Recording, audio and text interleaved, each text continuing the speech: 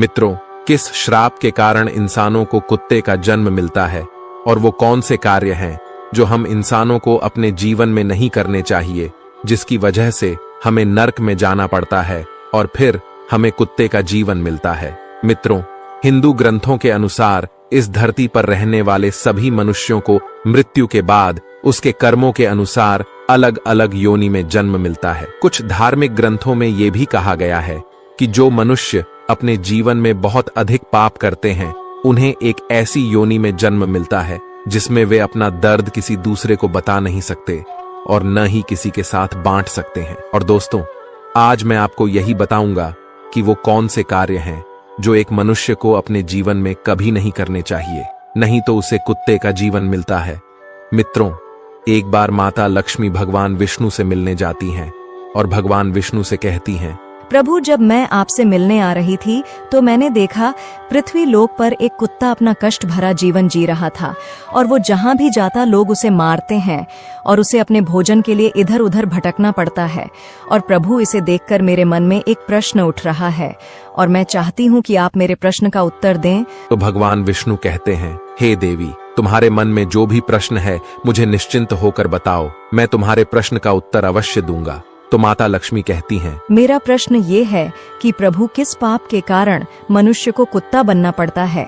तो भगवान विष्णु मुस्कुराते हुए कहते हैं, आज मैं आपको एक कथा सुनता हूँ जिसे सुनकर आपको आपके प्रश्न का उत्तर अवश्य मिल जाएगा, इसीलिए कहानी को पूरे मन से सुनना। तो माता लक्ष्मी कहती हैं, आप कथा सुनाइए प्रभु, मैं पूरे मन से कथा को सुनूंगी। तो कथा को सुनाते हुए भगवान विष्णु कहते हैं, एक समय की बात है जब भगवान श्री राम अपनी सभा में बैठे हुए थे, तभी उन्हें एक कुत्ते की रोने की आवाज सुनाई दी। तभी सभा में मौजूद द्वारपाल ने कुत्ते को वहां से भगा दिया और अगले दिन फिर से वही कुत्ता उसी स्थान पर आकर रोने लगा और द्वारपाल ने इस बार भी उस कुत्ते को वहां से मारकर भगा दिया। और सभा के तीसरे दिन भी वही कुत्ता उसी स्थान पर आकर फिर से रोने लगा। तो भगवान राम के मन में एक प्रश्न उठने लगा कि आखिर ये कुत्ता रोज रोज मेरे दरबार के बाहर ही क्यों रोता है।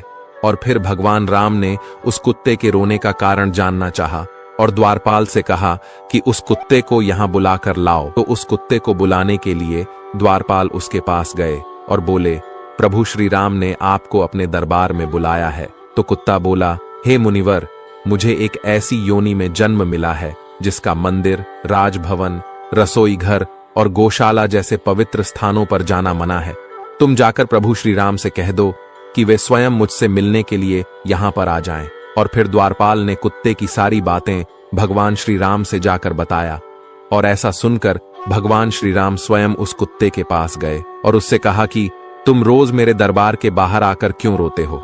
तो कुत्ते ने भगवान श्री राम से कहा, हे प्रभु, मैंने कोई अपराध नहीं किया है, फिर भी एक सन्यासी ने मुझे पत्थर से मारा है जिसके कारण मेरा पैर टूट गया है और अब मुझे बहुत पीड़ा हो रही है और इसी कारण मैं रोज आपके दरबार में आकर रोता हूँ। उस कुत्ते की पीड़ा को देखकर प्रभु श्री राम को बहुत दुख हुआ और उन्होंने उस सन्यासी को अपने दरबार में बुलाया और उससे कहा, क्या ये सत्य है कि तुमने इस कुत्ते को पत्थर मारा है जिससे इसका पैर टूट गया है, और इसने क्या अपराध किया था जिसके कारण तुमने इस बेजुबान कुत्ते का पैर तोड़ दिया। तब वो सन्यासी कहता है, प्रभु, मैं भिक्षा के लिए रास्ते से जा रहा था, तभी इस कुत्ते ने मेरी भिक्षा का अन्न छू लिया था और इसी वजह से मुझे क्रोध आ गया और मैंने पत्थर उठाकर इसको जोर से मार दिया जिसके कारण इसका पैर टूट गया। सन्यासी की यह बात सुनकर श्री राम ने कहा, क्या आपको पता है कि यह एक ज्ञान विभिन्न पशु है, ये अपना पेट भरने के लिए ऐसा करते हैं और इनको इतनी अक्ल नहीं है कि ऐसा नहीं करना चाहिए। और यदि इस कुत्ते ने आपके अन्न को छू लिया था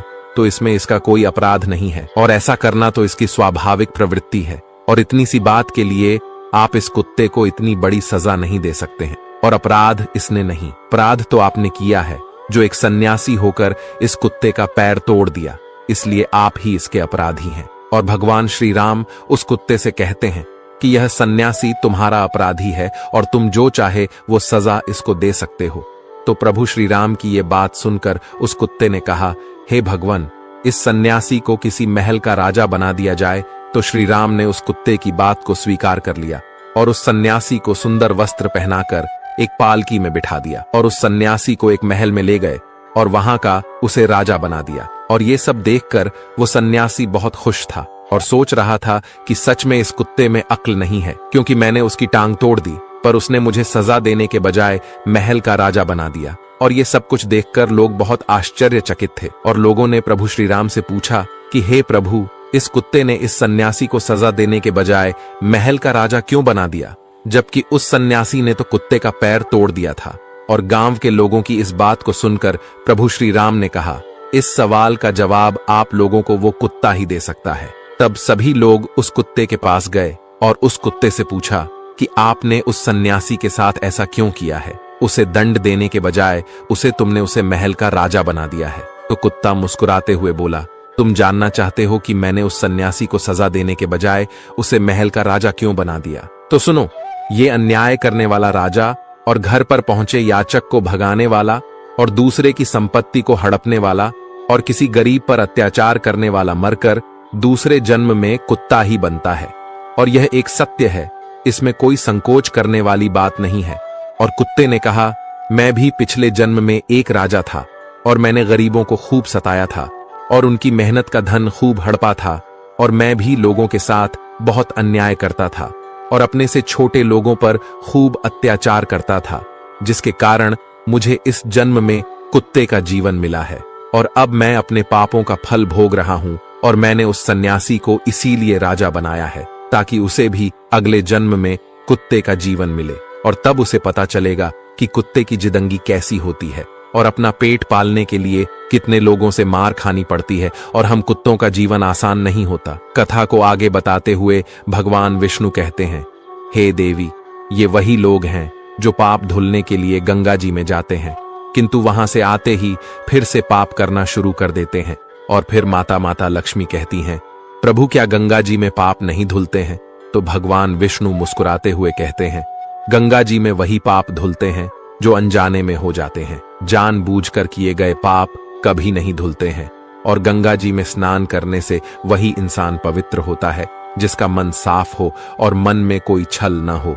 और गंगा जी में छल कपटी इंसानों का कुछ नहीं होता है, और प्रत्येक मनुष्य को अपने कर्मों का फल अवश्य मिलता है। मित्रों, इसीलिए आपसे हाथ जोड़कर अनुरोध है कि किसी को जानवर को कष्ट न दें।